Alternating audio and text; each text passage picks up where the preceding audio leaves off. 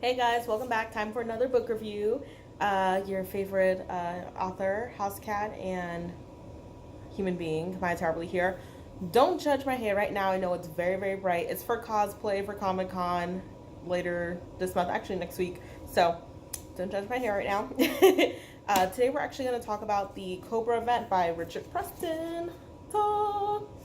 And I was really interested in this book because number one, I'm not gonna lie to you. You guys know I'm just like a complete cover junkie, and I was not super satisfied by the cover. However, it was thick, and you even have like a Stephen King saying like, "Oh, this is terrifying." He says it's one of the most horrifying things he ever read in his whole life. Which, after reading it, I'm kind of like, Stephen, calm down. Like, it's good, but it's not the most horrifying thing that you're gonna read. Look what you write, fool. You wrote it. Anyway, the Cobra event is essentially about biology. It's about biological weapon. Yes, it's about a biological weapon that's actually become a threat to New York, America, the world. There's people who are starting to have these like random symptoms. Like, looks like they're starting out with a cold, and then they start having like seizures, and during these seizures, like, they start biting their limbs off. They start attacking themselves, like ripping out their eyes and biting their fingers, especially like chewing up the tongue and swallowing it and biting their lips and stuff. And there's just like a few of these cases that start popping up, and they're just like, hold up, like something weird's going on. So the disease center in Atlanta sent out a pathologist. Her name's Alice Austin, and she really is kind of like a little Nancy Drew herself.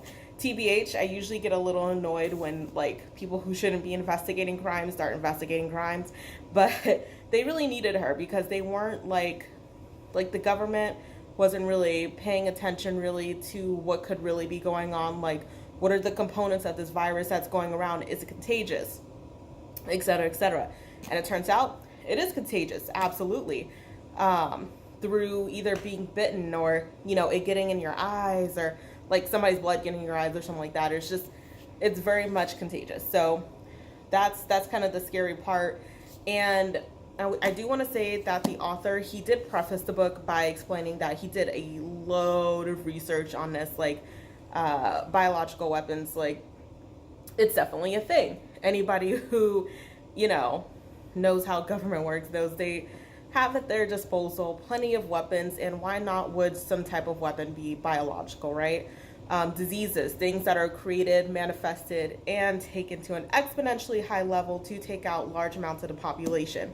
I'm sure there's a few viruses you can think of: Ebola, smallpox, AIDS. Like, there's a lot of things that didn't exist before that ended up existing. So I don't know, I'm a huge conspiracy theorist, but that is just facts and stuff. There are a lot of diseases that ended up becoming stronger through testing and stuff and being put out into the world. So this was definitely very interesting, considering he did all that research. It's just like, you're reading it and you're like, wow, like, this is crazy.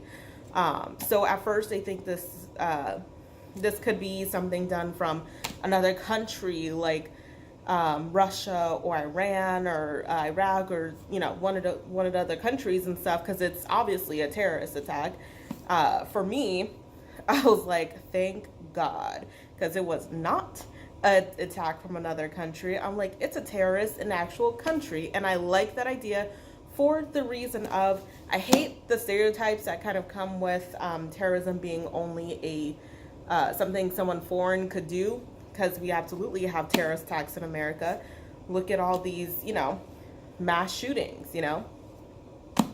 Obviously, they're not brown. So it's like, I appreciate that was put in there.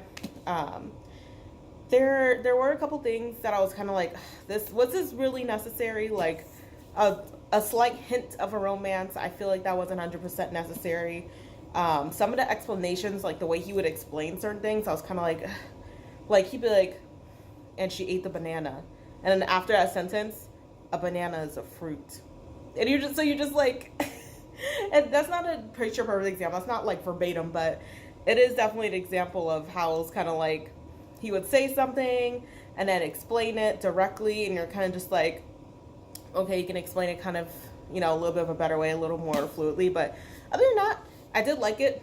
Also, he did use the N-word one time, and honestly, that was not necessary as well. Don't, because it's obvious you're just looking for an excuse to write that and to possibly say it somewhere. So don't put that in your books, guys. But especially because nothing racial was really in this. But yeah, pick this up. I'll leave a link below to where you can get it. It's great. Definitely not the most terrifying book you ever read in your life, Stephen. But it's cool. Thanks for sticking around. See you guys soon.